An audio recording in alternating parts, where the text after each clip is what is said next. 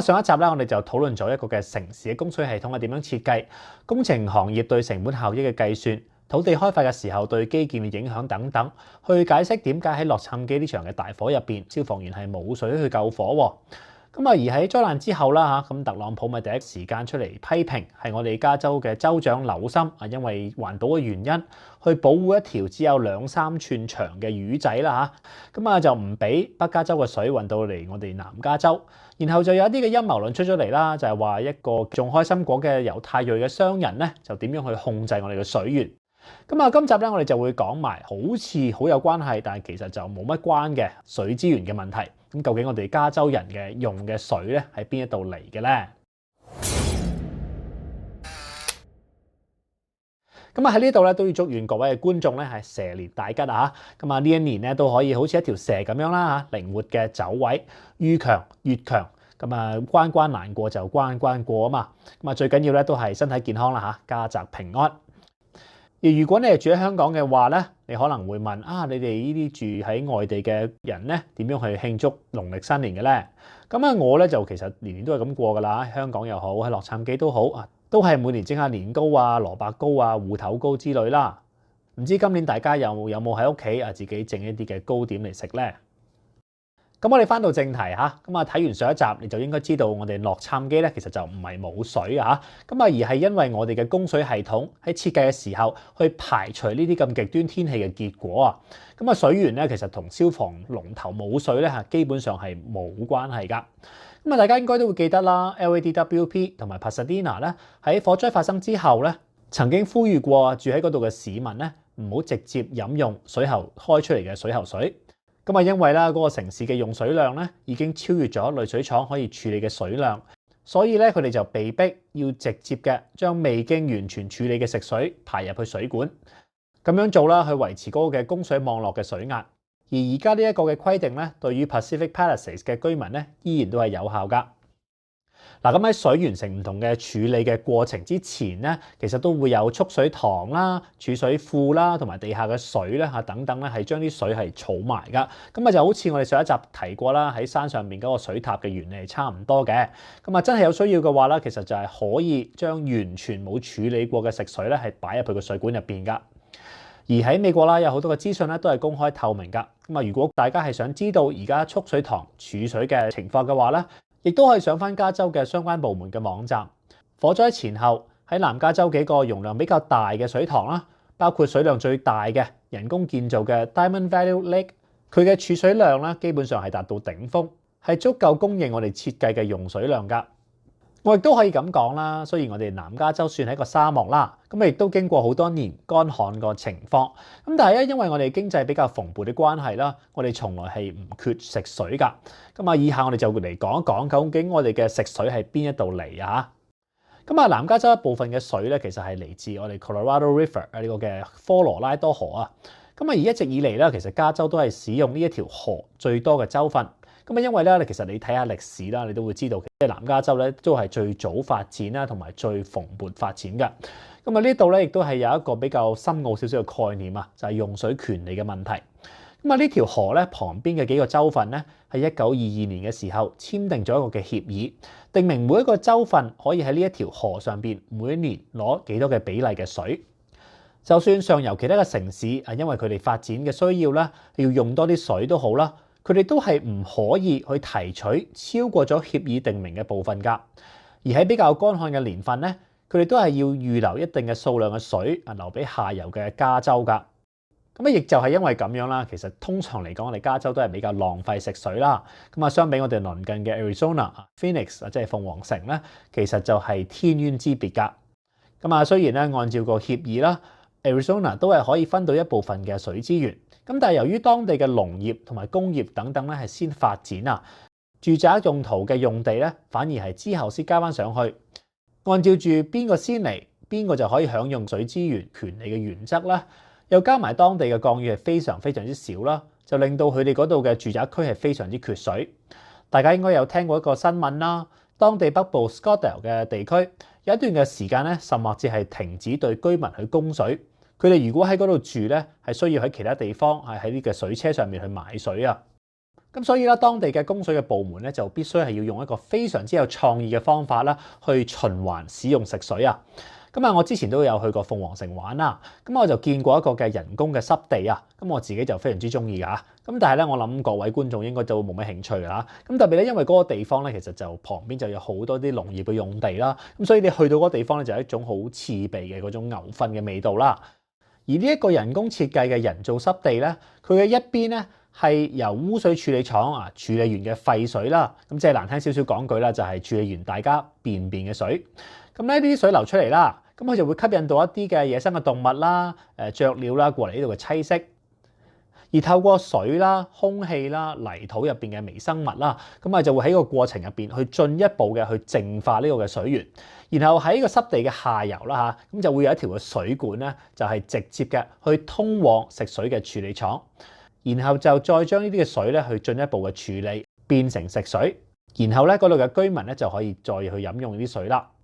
諗下你話做呢個濕地出嚟啦，咁啊第一個考慮就當然就係去做一個嘅門面嘅工程啦。你話去欺騙又好啊，甚至係等當地嘅居民係唔知道佢飲用嘅水係點嚟都好啦。咁啊，而次要嘅先係去俾其他嘅物種啦一個嘅共存嘅空間啊。例如你話啲候鳥啦，佢哋嚟遷徙嘅時候咧，其實都係需要一個地方俾佢哋休息㗎。咁啊，同埋都係增強埋我哋大自然入邊嘅嗰個生物嘅多元啊。咁啊，所以咧用盡呢個天時啦、地利啦，去達到我哋嘅人和咧，其實就呢個就係一個環保嘅真諦啦。咁而喺我哋洛杉磯大火嘅事件之後啦嚇，咁啊有一個人咪急不及待出嚟要抽水嘅嚇，咁嗰個人就係特朗普啦。咁啊佢同州長同埋我哋洛杉磯市長嗰個嘅對罵咧，我哋就唔喺呢度重複啦。不過咧，我哋都要想講一講啦，其實我哋南加州第二個水源啊，咁就係我哋嘅 California Aqueduct， 我哋嘅加州嘅引水道啊。如果有喺地圖上面睇過我哋加州嘅網友咧，都會留意到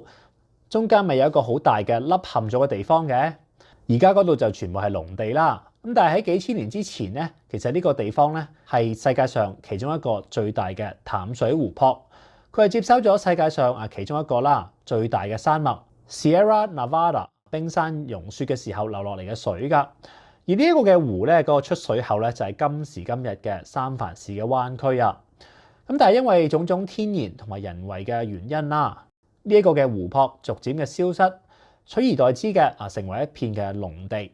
而既然你話要去進行耕種啦，咁啊當然就係要有水源啦。咁啊又適逢我哋南加州係逐步嘅去發展啊，你唔能夠去單靠我哋頭先講到嘅 Colorado River 噶嘛。咁所以啦，加州嘅北水南調嘅水利工程應運而生。嗱，呢一個嘅水利工程簡單嚟講啦，就係喺三藩市嗰個三角洲嗰個嘅出水口啦，頭先講到之前去做一個嘅水閘。防止呢個水咧直接去流出我哋嘅太平洋，然後就利用一啲嘅巨型嘅水泵，將呢個水泵入去呢條引水道，攀山越嶺嘅將水由水資源比較豐富嘅北加州運到嚟中加州同埋南加州。而呢一度咧亦都係整個話題嘅嗰個關鍵啊！聯邦政府同埋加州政府咧係各自去擁有水利工程嘅一部分。圖中紅色嘅部分係聯邦嘅 Central Valley Project。呢個中央山谷計劃，你會見到佢水嘅源頭嘅部分啦，亦即係 Lake Shasta。佢嘅下游咧就係加州嘅中部 Fresno 同埋 Bakersfield， 咁亦即係我哋頭先提到嘅農田啦，亦都係加州共和黨嘅票倉。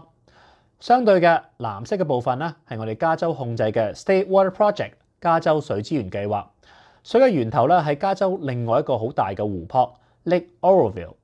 如果你係住喺加州啦，應該係會記得喺2017年大雨之後，當地水壩瀕臨倒冧嘅一件事件。而加州控制嘅下游部分咧，就係各大嘅城市啦，包括 Santa Barbara、Los Angeles、Inland Empire 同埋 San Diego， 亦即係你同我住嘅家園同埋工業嘅用地，亦都就係民主黨嘅票倉。咁所以咧，其實你係可以見到啦，兩個政府各自係擁有呢個水資源嘅兩個源頭亦都係各自有唔同嘅供水嘅目標。佢哋政治嘅利益咧係唔同噶，所以咧亦都係出現咗好多嘅爭拗啦。咁究竟係邊一個係去擁有呢個水資源嘅最終話事權呢？喺2020年嘅時候，當時係總統特朗普嘅第一個任期嘅後期，喺冇得到加州政府同意嘅情況之下，佢單方面嘅批准咗聯邦一邊嘅放水。咁啊，上一集啦，同大家提過啦，其實水係由高處流到去低處㗎。如果我哋將本來由高處嘅淡水過分嘅抽乾晒我哋去攞到去南加州啦，甚或之比我哋下游嘅海水嘅水位更低嘅時候，會發生啲咩嘅情況咧？咁就係海水咧係會出現倒灌啊，污染咗本來喺上游流出嚟嘅呢個淡水啊。咁喺呢個情況之下咧，其實我哋加州嘅供水系統咧係會出現嚴重嘅問題，成個加州咧我哋嘅州份嗰個嘅經濟咧亦都係會陷入癱瘓噶。咁所以咧，如果你係加州嘅州長留心啦，咁你就一定係會挑戰聯邦呢個放水嘅決定啦。咁所以咧，加州政府當時咧就係隨即嘅同幾個環保嘅團體以保護瀕危物種嘅名義狀告聯邦政府。因為喺呢條河道同埋三角洲棲息嘅，包括咗三文魚啦、鱒魚啦、沉魚啦，同埋今次事件嘅主角瀕危嘅越洋公魚 Delta Smelt。亦就係因為呢一場嘅官司令到聯邦政府嘅 EPA 要去被逼嘅重新編寫 biological opinion 去檢視特朗普呢個嘅供水嘅計劃對環境嘅影響。而訴訟同埋科學嘅研究當然需要好長嘅時間啦，咁所以呢件事咧就一直拖到去上年嘅年底，即係大選之後啦，拜登餘下嘅任期嘅尾聲啊，聯邦同埋加州咧最終係達到一個全新嘅供水嘅協議，而喺呢個嘅協議入邊咧，其實城市同埋農田嘅供水嘅比例啦有所嘅改變啦，當然頭先我哋提過共和黨同民主黨個嘅供水嘅方向唔同啦，但係整體嘅供水量咧卻係比原本特朗普嗰個嘅原先嘅方案係更加多嗰個水，咁惹嚟咗好多嘅環保人士去強烈批評啦，形容係比起特朗普時代更加差。咁因為咧，其實講到底如果大家係明白我講嘅邏輯咧，其實紐森政府、加州政府咧，由頭到尾只係借呢一條魚仔啦或者係呢啲嘅環境嘅組織咧，係攞嚟做咩啊？其實係過橋抽板嘅啫。喺新規定之下啦，之所以係能夠去增加呢個嘅整體供水量啦，在於係去改變咗針對呢一條魚嗰個嘅保護嘅措施啊。我哋睇下呢條魚嘅體積啊，你就應該會知道其實佢係生活喺呢個整個嘅食物鏈嘅最底層啦。咁佢有一個好特別嘅生活嘅習性啊。咁就係喺大雨嘅時候啦，即係啲河水係會好渾濁㗎。你諗下，吹下啲水就會好渾濁啦。咁佢就會佢都係想避開啲嘅獵食者，佢就會游入去呢啲水入邊。咁所以咧，科學家就發現啦，如果你喺呢個時間出現嘅時候，將個水泵減慢嗰個速度，即係啲魚就唔會游入去，就吸咗喺個水泵入邊啦。咁而呢個新舊方案咧，其實唯一嘅分別咧就係在於喺特朗普方案入邊咧，減慢呢個嘅速度嘅時間咧就需要最少5日。咁但係拜登嘅方案咧，一開始就係個水泵減嘅速度咧就減得快啲但係嗰個河水一變翻清咧，就即刻去恢復翻原本嘅速度。咁所以咧，我哋呢度咧就有個總結，就係其實你唔能夠話特朗普當初係冇諗過去保護呢條魚畢竟咧，其實佢都有聽過啲科學家嘅意見去減慢嗰個水流。我哋都唔可以話即係紐森同埋拜登又好保護呢條魚，因為其實佢哋都係即係冇為咗保護呢條魚去放棄佢哋嘅政治同埋經濟嘅利益啊。咁所以咧，其實呢條魚大家就講到佢好重要啦。咁其實就係唔係好重要嘅咁亦都係冇乜人去關心過佢。咁但係咧，其實即係你用一個環保少少嘅角度去睇啦，其實佢都算係一個比較關鍵嘅指標啦。咁正因為啦，其實佢係生活喺成個食物鏈嘅最底層啊。如果佢自己都唔能夠苟延殘喘嘅話咧，其實就係代表住其他依賴佢生活嘅其他魚類包括住呢個三文魚啦，都唔能夠生活下去。咁繼而影響住當地可能係漁民啦，可能係嗰啲嘅居民啦，日常嘅生活同埋嗰個嘅經濟嘅活動。我哋加州嘅水資源嘅對立咧，其實係農夫同埋漁夫嘅對立，係農夫同城市人嘅對立，係呢一度嘅農夫同呢一度嘅農夫嘅對立，係北加州同南加州嘅對立，亦都係民主黨啦、共和黨嘅對立，亦都可以係加州政府同埋聯邦政府嘅對立。咁而前幾日啦，即係你話特朗普總統唔係話佢用個軍事嘅手段去開嗰個嘅水喉嘅。咁有好多人就好興高采烈啦，話以為即係執到寶啦，係嘛？咁我都好希望咧，即係經過呢一集同上一集嘅解釋咧，其實你會明白到，其實聯邦控制嘅水源啦，受益嘅人咧就只有農夫嘅啫，同我哋洛杉磯城市人用嘅水咧，其實係完全冇關係噶，更加即係同我哋要去救火嘅呢一啲嘅用嘅水咧，其實係風馬牛不相及噶。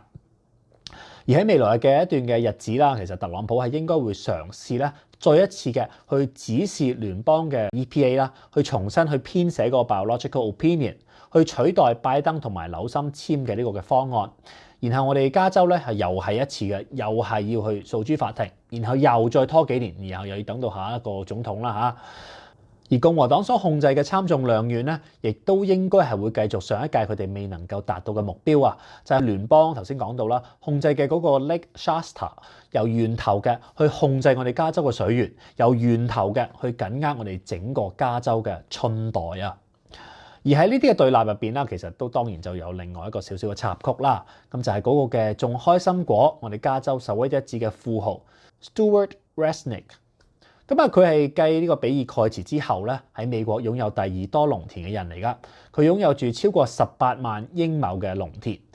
咁啊，大部分咧就係喺我哋頭先提到嘅加州嘅中部啊。咁啊，所以咧其實順理成章啦嚇。咁佢利用佢自己嘅財富，佢利用佢自己影響力，去控制咗我哋加州即係部分嘅水源，又去大灑金錢喺政治啦、喺學術方面咧，就係去操控個輿論啦。咁啊，在商言商嘅，咁我哋都好難去批評佢咁樣做嘅嚇。咁但係咧就加上咗佢係一個猶太人嘅身份啊，咁啊當然就會惹起嚟我哋極左啦同埋極右啊雙方咧，其實佢哋聯手嘅批評啦，亦即係我哋之前提到過嘅以巴衝突/種族滅絕啦，或者係白人優越主義/種族歧視。咁啊，所以咧其實大家觀眾你係會唔會繼續去買佢公司出品嘅開心果啦、石榴汁咧？我就留翻俾各位觀眾自己去判斷。不過啦，呢一度咧亦都係引起咗加州人對我哋究竟係咪應該去即係俾啲嘅農業咧去壟斷我哋水資源嗰個爭議啊。咁啊，因為咧我哋今時今日喺加州水資源有限嘅情況之下咧，用於農田灌溉嘅水咧係佔用咗我哋用水嘅80%啊。咁啊喺某個程度上去諗啊，其實我哋加州人咧係一直以嚟嘅補助緊農業嘅發展㗎。而今集咧我哋係冇提到喺洛杉磯市咧仲有第3個水源，就係洛杉磯嘅引水道 Los Angeles Aqueduct。另外一個由 Sierra Nevada 嘅東部啊，呢個叫 Owens Valley 引水去洛杉磯嗰個巨型嘅水利工程。咁啊，都希望今集嘅內容咧可以令到各位咧係了解我哋加州水利工程嘅歷史啦，嗰條魚究竟代表住啲乜嘢？咁啊，而如果咧你係即係移民到去另外一個地方啦，我都好希望咧，其實你除咗去學識點樣去揾到錢生活啦嚇，咁亦都可以花少少嘅時間去了解一下你住嘅嗰個地方當地嘅文化啦、歷史啦、曾經發生過嘅事。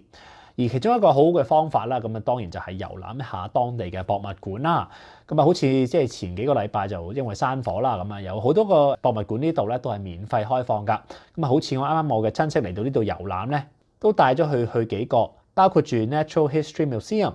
仲掘緊啲化石嘅 Tar Pits、The Broad、Lagma、Pasadena 嘅 Norton Simon 等等。